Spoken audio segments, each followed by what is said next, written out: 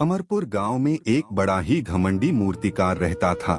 वो ऐसी मूर्तियां बनाता था जिसे देखकर हर किसी को मूर्ति और जीवित व्यक्ति में पहचान करना मुश्किल हो जाता था।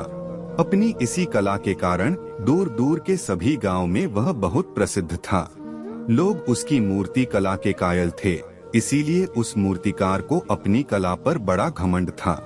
वक्त ऐसे ही गुजरता गया। मूर्तिकार धीरे धीरे अब बूढ़ा हो चला था।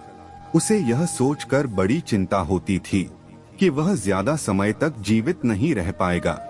एक बार जब वो मूर्ति बना रहा था, तब उसके मन में एक विचार आया कि क्यों न यमराज को चकमा दिया जाए। उसने एक तरतीब बनाई। उसने हूबहू अपने जैसी 9 मूर्तियां बनाई और जब उसको लगा कि अब उसकी मृत्यु का समय आ चुका है, तो वह उन मूर्तियों के बीच में बैठ गया। यमराज जब उसे लेने आए तो एक जैसी 10 मूर्तियों को देखकर दंग रह गए। वे पहचान नहीं कर पा रहे थे कि उन मूर्तियों में से असली मनुष्य कौन है। यमराज सोचने लगे, अब क्या किया जाए। अगर मूर्तिकार के प्राण नहीं ले सका तो कुदरत का नियम टूट जाएगा, और अगर सच का पता लगाने के लिए मूर्तियों को तोड़ा तो कला का अपमान हो जाएगा। बहुत सोचने के बाद यमराज के मन में मूर्तिकार के अहंकार को तोड़ने का विचार आया।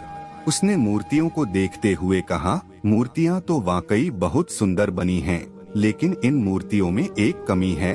काश मूर्ति बनाने वाला मेरे सामने होता तो मैं उसे बताता कि इन मूर्तियों में क्या गलती हुई है। इतना सुनना था कि मूर्तिकार का अहंकार जाग उठा। उसने सोचा, मैंने अपना पूरा जीवन मूर्तियां बनाने में लगा दिया, मेरी मूर्तियों में ऐसी कौन सी गलती हो सकती है। वह तुरंत बोल उठा, कैसी गलती। तभी यमराज ने उसे पकड़ लिया और कहा, बस यही गलती कर गए तुम मूर्तिकार। मूर्तियां बोला नहीं करती। दोस्तों, हमारे पास जो कुछ भी है वो सब ईश्वर का ही दिया हुआ है, और हम न जाने किस अहंकार में आकर ईश्वर का ही मुकाबला करने लगते हैं। अहंकार ने हमेशा इंसान को निराशा ही दी है।